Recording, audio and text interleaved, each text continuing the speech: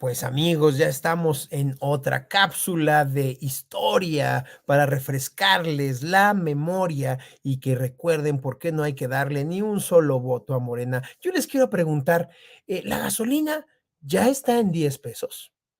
Y no es porque queramos hablar en esta ocasión, en esta oportunidad, del precio del combustible, que será objeto de otros cuantos minutitos en otro momento de conocimiento, pero no, en este momento les pregunto si ya cuesta 10 pesos la gasolina, porque cuando empezó esta administración, decían que uno de los grandes factores que descomponía el precio de la gasolina y hacía que era el gran robo de combustible que tenía Pemex. ¿Ustedes saben si ya se acabó el huachicol? Porque después, y quiero recordarles que cuando empezó este sexenio, después de ese desabasto de gasolina en diferentes ciudades, en diferentes estados de la República, donde te restringían el número de litros, simple y sencillamente no había gasolina en cerca de tu comunidad, el precio estaba por los cielos, te tenías que desplazar lejos, muy lejos, como si fuera una película de apocalipsis, para conseguir un par de litros de gasolina o pasar horas y horas y horas en la gasolinería. ¿Ustedes ya no recuerdan eso? No, si recuerdan, ¿no les genera un verdadero encabronamiento y dicen, y todavía voy a votar por la continuidad? Qué bonito. Mi querido Aminadab, ¿tú vas a votar por la continuidad para que vuelva a haber este tipo de circunstancias? Que supongo ya se acabó el huachicol, Aminadab, después de esos episodios apocalípticos. No, no, no, claro que no se ha acabado. A ver, en primer lugar, ni voté por ellos, ni votaré nunca por ellos. Entonces, pero bueno, para los que hayan votado por ellos, sobre todo los que dijeron que vamos a darles oportunidad, a ver, no, pues vean las oportunidades que les dieron. Mira, a ver, acuérdense las colas de coches que había en enero y febrero del 2019, porque no había gasolina en las gasolineras. Y Enero y febrero del 19, cuando López entró en Recién, diciembre sí, del recién 18, o sea, tenía entrando, sí, cuántos, sí, sí, o dos sea, meses, tres a ver, meses en el tenía poder. 2, 3 meses, o sea, a ver, y empezaron a buscar los pretextos, que porque vamos, lo que hicimos fue cerrar los ductos de Pemex para que no se sigan robando el combustible y vamos a traer pipas sin licitación, fue la primer compra El de primer pipas, gran encargo del señor acuérdate, Mariposa. acuérdate, eran, no sé, creo que eran no sé cuántos cientos de pipas o miles de pipas, que además no cumplen con los estándares mexicanos por el peso y por la longitud ¿cómo se llama?, de la cisterna. Pero que según esto, pero bueno, pero eso no era tan importante. Lo importante es que seguramente tú, que eres un aspiracionista y que tienes un vehículo por necesidad, en esos tiempos tuviste que hacer fila, te tuviste que levantar a las 4 o 5 de la mañana para ponerte en la fila para que te alcanzara a tocar la poca gasolina que se estaba distribuyendo en esos días. O tenías que viajar, por ejemplo, de aquí del sur de la Ciudad de México, íbamos a Cuernavaca, porque en Cuernavaca sí había gasolina, ¿no? Y después ya también tampoco había ya, porque ya los chilangos nos la habíamos acabado. Pero el caso es que no había abasto y además empezaron a hacerlo así como que selectivo, ¿no? Porque había lugar, por ejemplo, en Guanajuato, que es un lugar en donde ahí tienen la refinería, resulta que ahí era donde menos había, ¿no?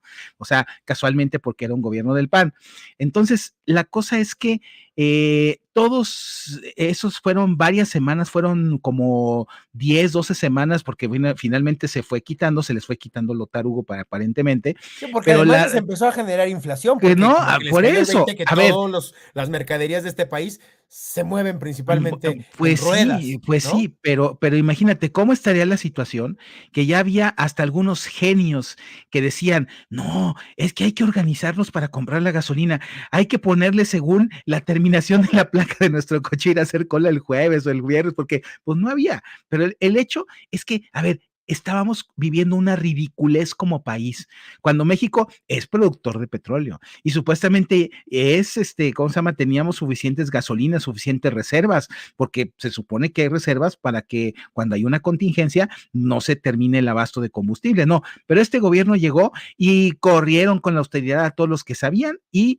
pues el resultado fue que, recuérdenlo, cuánto perdimos de tiempo esperando a surtir nuestro coche de gasolina. Oye, mi querido Fer, yo recuerdo que en aquel entonces, mientras la gente estaba esperando encabronadísima en su auto las filas en las gasolinerías, le escuchábamos un audio del gobierno federal en el radio No hay desabasto, no, no, no, no. Estas son acciones decididas de combate contra el huachicol. Todo regresará a la normalidad. Claro que todo iba a regresar a la normalidad. Si viera las primeras idioteces, las primeras, no idiotas, ocurrencias de este gobierno, mi querido Fer. Sí, así es. Bueno, todo fue una estrategia de propaganda para decir que se estaba combatiendo el huachicol porque habían ocultado sus ineficacias y sobre todo su incapacidad, porque luego de que entraron, hicieron un desastre.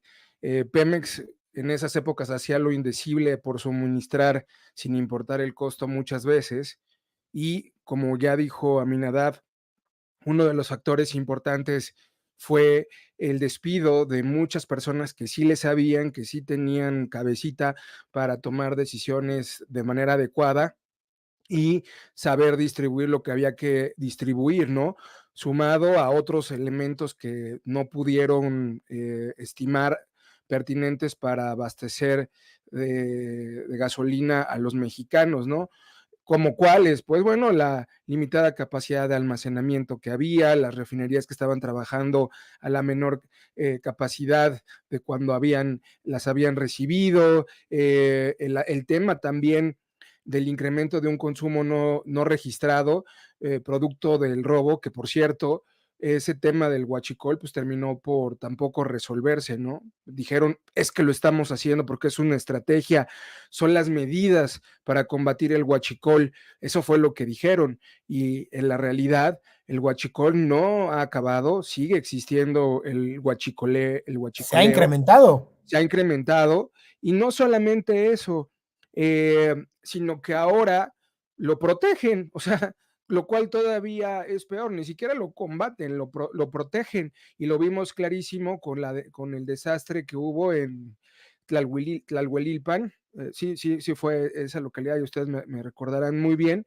pero pues, se llenaban la boca exhortando a la gente a decir que se estaba combatiendo de manera ferviente y severa el huachicoleo, pero al mismo tiempo defenestraban y criticaban a quienes intentaban llenar su tanque de gasolina, lo cual todavía era peor, porque les dieron un pavimento de impunidad para que sigan operando.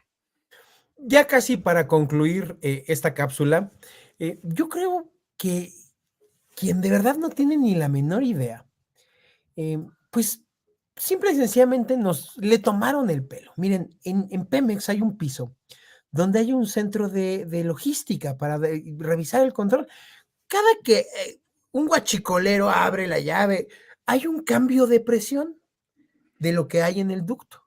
Y eso se sabe perfectamente desde las oficinas centrales de Pemex, siempre se ha sabido, o sea, saben dónde, cómo, a qué hora, cuánto, nada más por la presión que dejan de percibir o que perciben en los cambios de presión, nada más es hacernos tontos. Y yo me preguntaría, derivado de esta experiencia, porque esta cápsula podría ser de un programa completo de 1 hora, pero tendríamos que limitarnos, pero aquí hay un asunto de delincuencia organizada, de medir el clima social, porque no tenían ni 3 meses en el poder cuando dijeron, a ver, ¿y si generamos una pequeña crisis que en cualquier otro país hubiera generado la renuncia de autoridades? Y medimos qué tanto la gente sigue con el gobierno, hasta dónde podemos ponerle el cuello en la bota a la gente y nos sigue aplaudiendo.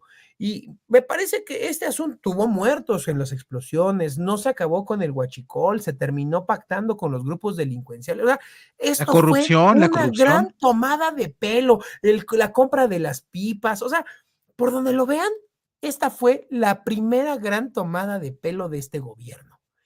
Y la gente no solamente no se enojó, le aplaudió al gobierno. Si ustedes ven las métricas, la gente decía, lo hizo bien el gobierno, cuando hizo puras tonterías.